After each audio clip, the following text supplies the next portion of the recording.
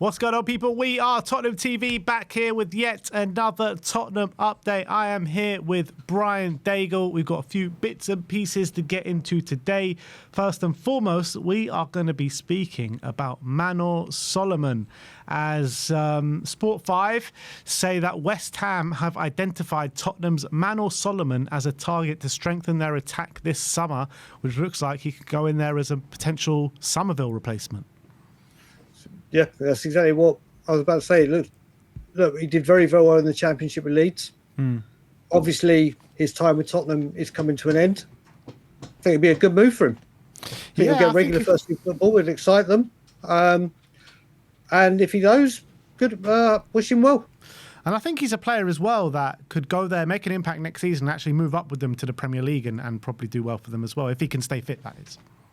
Yeah, that's the big issue, isn't it? I mean, when he went on loan to Leeds, he was injured for us the season before, wasn't he? He went to Leeds and he was fine for a majority of the season. Yeah, I think this move works well for both parties. They're obviously after a Somerville replacement. He could fit the bill. And how much do you reckon we get for him? This is the thing. So they're saying on what's the valuation site you use, the market value for you, where it says 8 million euros? 8 million euros.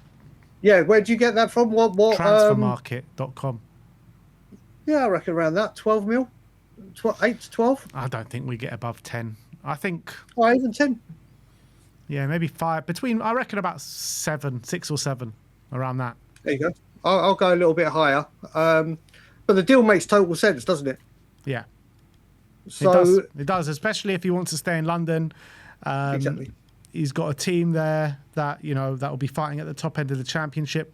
He's got promotion with Leeds and was one of the best players, if not the best player in the Championship that year. And he'll be able to replicate it for sure. So exactly, West Ham fans will like him as well. We know he's quick. He likes to drive with the ball and take players on. This deal, honestly, we know he'll drop down to the Championship. I think this deal works well for him, for Spurs, for West Ham. Yeah, let's see if it happens. Next up, we're going to talk about Souza. He's kind of like the forgotten man at Spurs right now, Souza. There's been reports in Portugal saying that Porto have now gone beyond inquiries and are in negotiations with Tottenham over a move for left-back Souza, who cost Spurs £13 million in the winter transfer window. I mean, would you bet against it?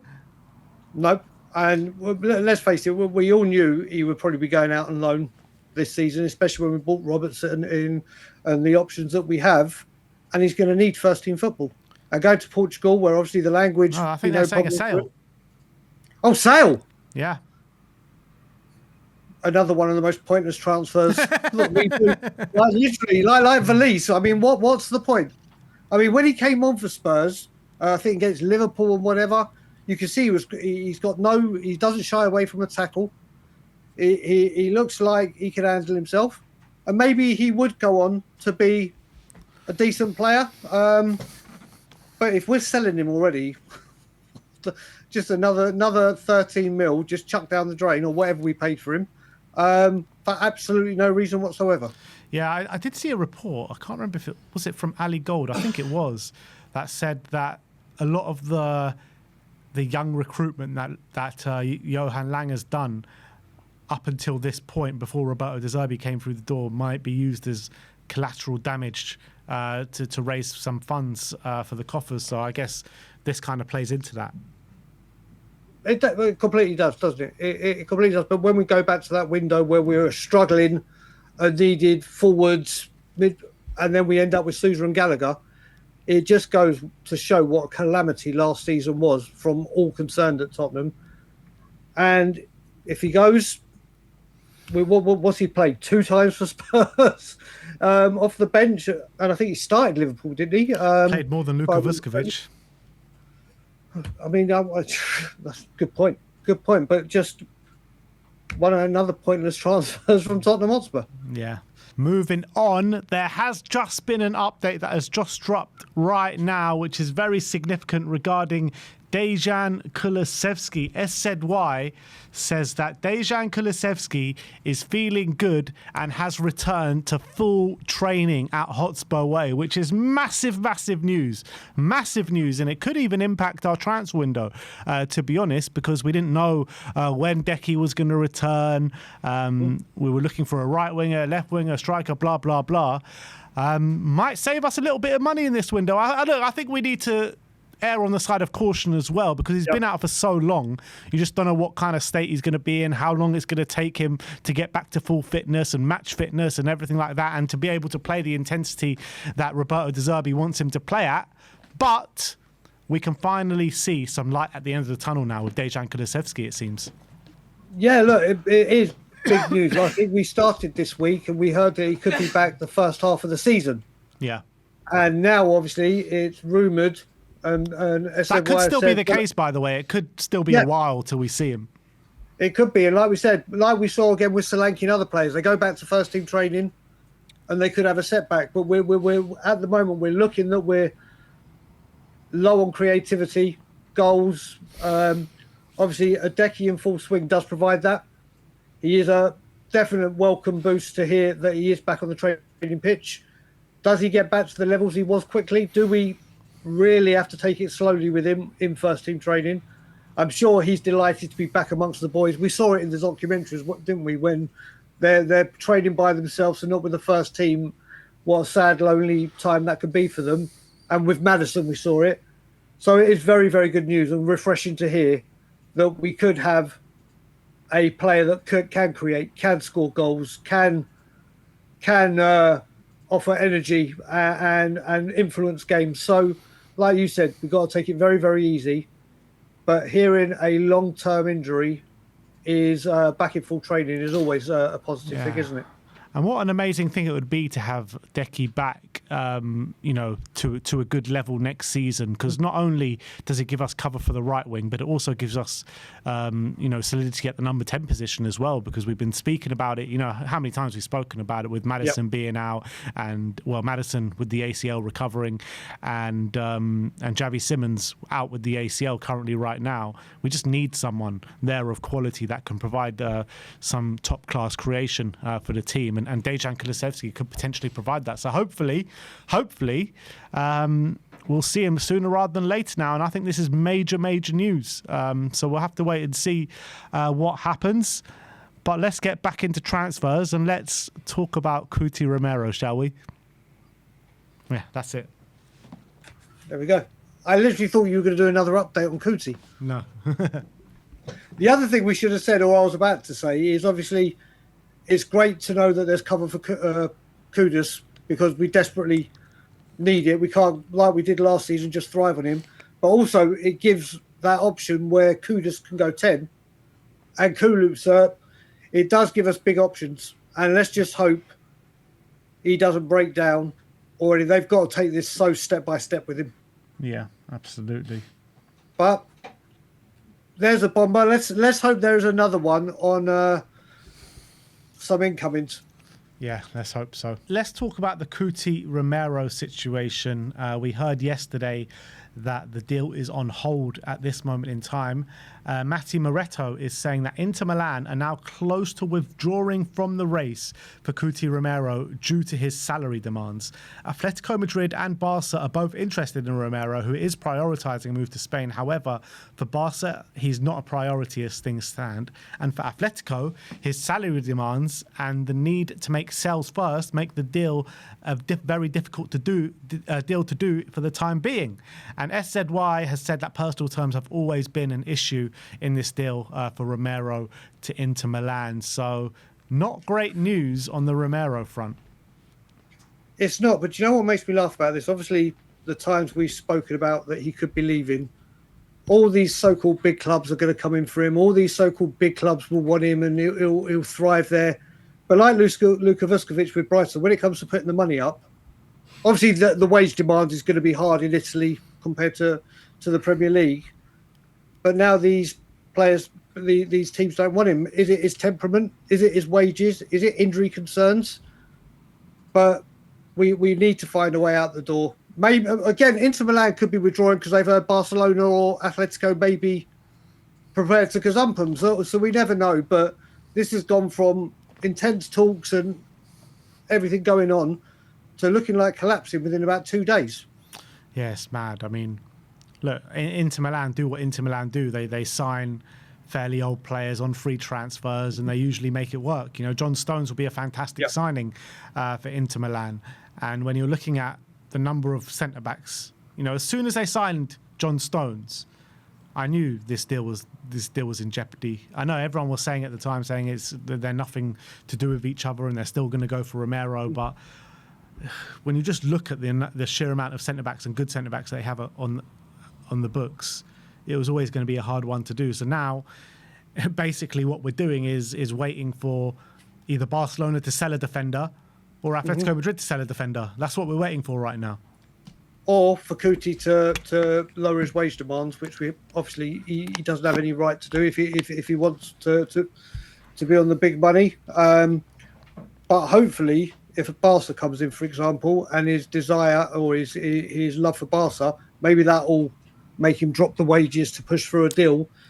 But I think there's still life with Romero going, and I think one of these Spanish clubs will come in for him. Let's hope so.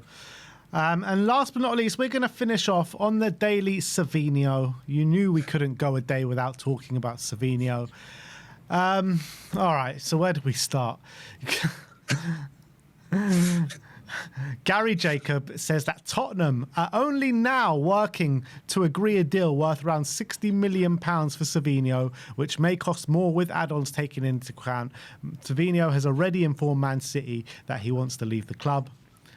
I found this one hilarious, this next one. Fabrizio Romano, late last night, tweeted this out. He said, Tottenham keep considering Savinho as their top priority, with the Brazilian winger keen on the move. Savio wants to go, and Man City are now aware. Deal now depends on Man City's stance, as talks have been ongoing since June. I mean, like, how many times can you say the same things just in a few different words? It's just like, it's so mind-numbing. Romano will always find the way. He will always find a way to tweet the same bullshit over and over again and then retweet it with emojis and then retweet it with a Brazilian flag. What was it? Considering whatever... Look, this is, like I said, it's why I only listen to one man, and I'm going to keep saying it throughout this window because I'm just sick and tired of all this. I swear it's just nonsense. I mean, I know we have to talk about it, and it's all part of the transfer window. But my God, what a lot of fluff! What a load of nonsense! I swear to God, yeah, Fabrizio Romano has the original update in ChatGPT, and he's just constantly writing, write this in different words, and then he just tweets it. It's the same jargon every fucking time. Do you know what? I thought on my lunch break yesterday, I'm going to go into Fabrizio Romano's tweets and then type in search Savinho and count how many times he's done it. But then I realised I only have 30 minutes for my lunch break, and that wouldn't be enough. He has probably, mate, he's coining it in with this one, and obviously it's been going on for over a year now. The deal just needs to get done. And as I was saying to you on the phone, as much as I went into this window saying a left winger was the main priority, it needs to be done because of Son. We need a striker through this door, and so bloody quickly. It's all well and good getting these wingers and attacking players, but if there's no striker to finish it off, and they're with the instinct to be in the right place at the right time, and these players are doing it to Solanke and Richarlison, is all that progress for nothing with their ratio. As much as we need to get this deal done, Spurs need to make a move on a striker, and they need to do it quick. And if this Krupi goes, you and I are huge fans of Guirassy, who I think will be a machine in the Premier League. But Savinho, there'll probably be another 4 updates from Romano today about Savinho and whatever. But we spoke yesterday, didn't he, that he came out, or his people came out and said he's got the desire to leave. This is a deal that just has to either get done, or Spurs say, right, enough, we're moving on because time's running out now, we need a winger. Well, it's funny you should say that, because Graham Bailey said that Tottenham have told Man City they want a final answer on Savinho before the weekend, or they're going to walk away from the deal and move on to alternative targets. So that was last night, he said that, Graham Bailey. Today, Man City have announced their tour going out to Asia today. And yes, you're right, Savinho is travelling out to Asia to take part in Man City's pre-season tour. So this deal don't look like it's happening anytime soon, to be honest. Oh, well, if he's in Asia, who knows? He could hop on a plane to Australia, be there for the Chelsea game. Maybe he's just been dropped off in Asia so we can get the deal done. Saving air miles, yeah? Exactly. I mean, look, if we look at it, the last two windows, we fell short last summer with Savinho. And look, but Savinho being the number one target. We went into the January window needing a left winger. And we finished the window without a left winger or a right winger.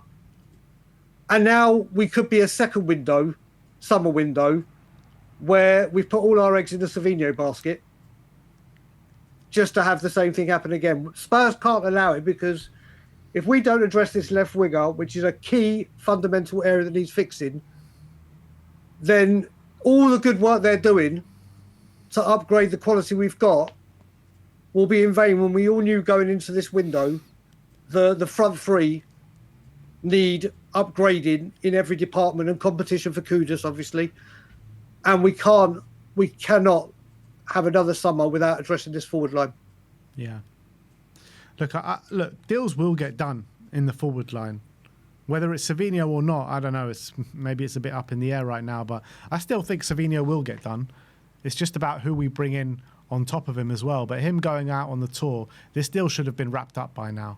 It really should have been wrapped up by now, and it's a joke that this is still going on. It doesn't seem any closer than what it is. So, yeah, it's very frustrating on the Savinho situation. We'll wait and see how this progresses over the next couple of days. Cue the tweet from Fabrizio Romano tonight saying that, that Spurs keep wanting Savinho as one of the top players that they want, or one of the players that they want the most.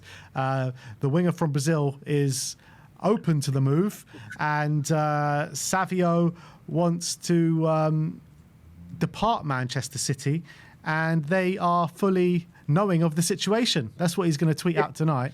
And Spurs have concrete interest.